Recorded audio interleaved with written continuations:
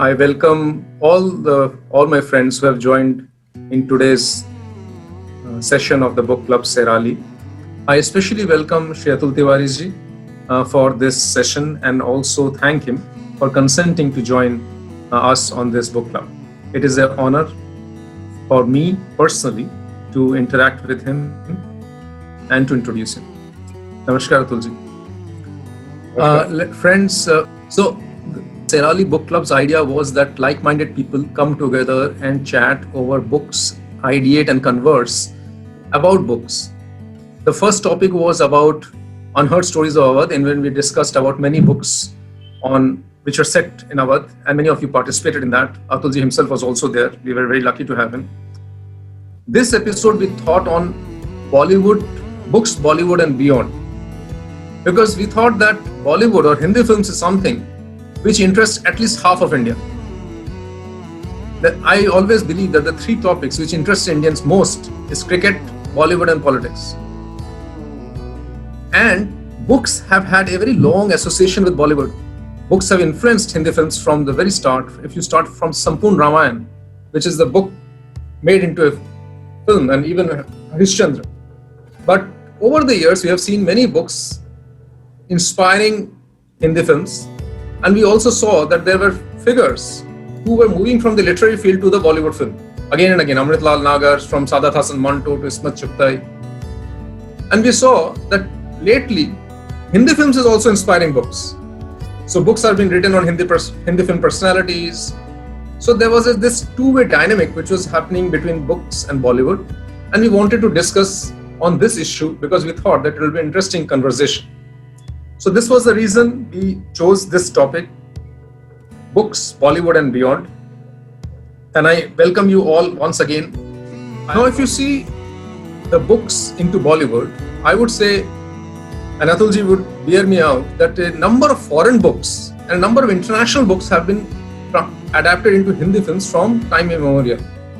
Now it is a very, very difficult thing. And I think one of the reasons what it was done was because our Hindi filmmakers, although they were making films in Hindi, they were actually English-educated Indian elites. So, therefore, they were very comfortable converting a Shakespeare into a Hindi film or converting a Dickens into a Hindi film. But still, it is a great challenge to convert a story or a novel or a play which is set in, say, 16th century England and to convert it into something which is 20th century Hindi hinterland film. And it will be I think it is a great creative leap for anybody to attempt. No, Atul ji himself is a professional screenplay writer, a theatre director. So I would ask Atul ji, can you explain for a layman like me how difficult or different it is to convert a story or a play which is set in a completely different cultural, societal, geographical landscape and made into a Hindi film? Atul ji. So, my pleasure to be on SeRaLi and my pleasure to be talking to you. And it's a wonderful question to begin with.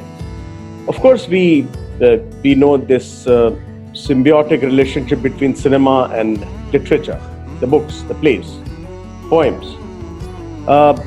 And this has been, since cinema took birth, this relationship has been there.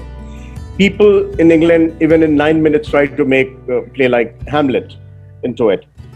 In India also, the first film itself, Raja Harishchandra, was inspired by a play which he had seen, though he also knew a story. His father was I'm talking about Dada Saheb Phalke's father was a Sanskrit teacher. And he himself learned magic and many other things and painting, of course. So, but it was a play which had inspired him to convert it into the film. And he cut short the play because naturally those films were hardly 18, 19 minutes long at that time. So he had to do it. Now, coming to the question of adaptations, it is difficult, but it is something so fascinating to bring things from another culture, another period to your own culture and period. If you look at the adaptations of the plays itself, just to give you an example, Bhartendra Harishchandra, we all know, who was born in 1850, died in 1885, just at the age of 35. He had one of the first people in Hindi to have adapted Shakespeare. What he did was to take Merchant of Venice and what he called Vanshanagar Ka Vyapari. So you see, whereas he is bringing it to some kind of an Indian ethos, but he is still very kind of loyal to the original, where Venice becomes one Srinagar. He could have said it Kanpur, he could have said it Lucknow, he could have said it Banaras, where he came from.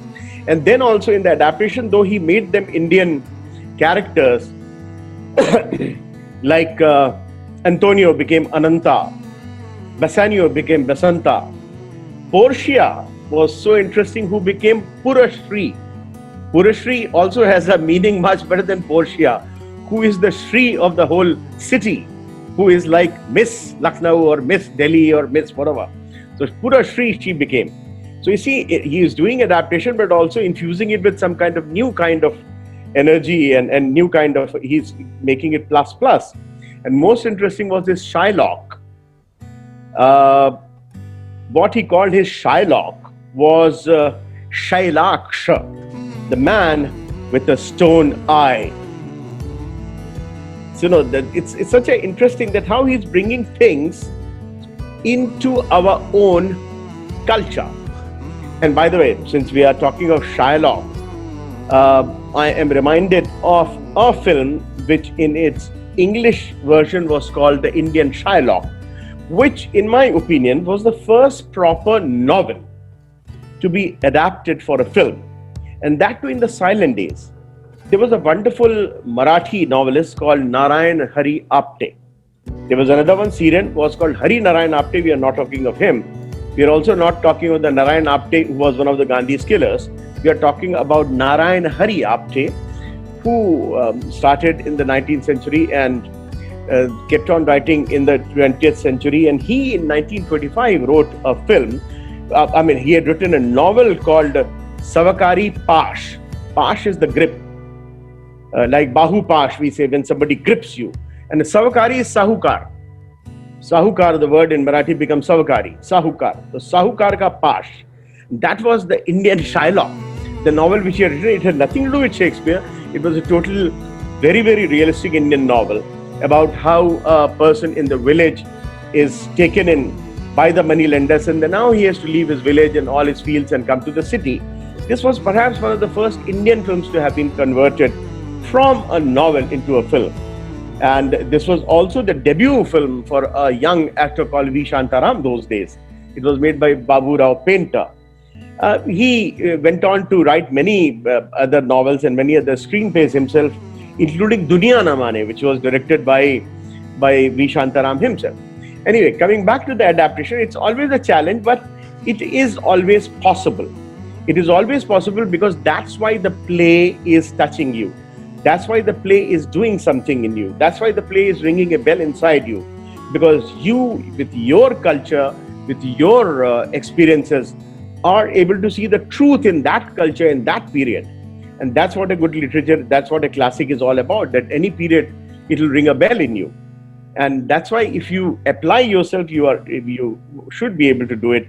I have been adapting Shakespeare and other playwrights into India, into Indian ethos, Indian culture. It's always this seminal adaptation from one culture, from one period to another culture and period, and in terms of cinema, to another medium, is always very fascinating, very challenging. Thank you, Atulji. For you, it may be easy, but for me, as a novice author, I think it is very, very difficult and very, very challenging to convert a story which is set in a very different society, in a very different landscape, and a very different time period, and make it credible in a different time scenario.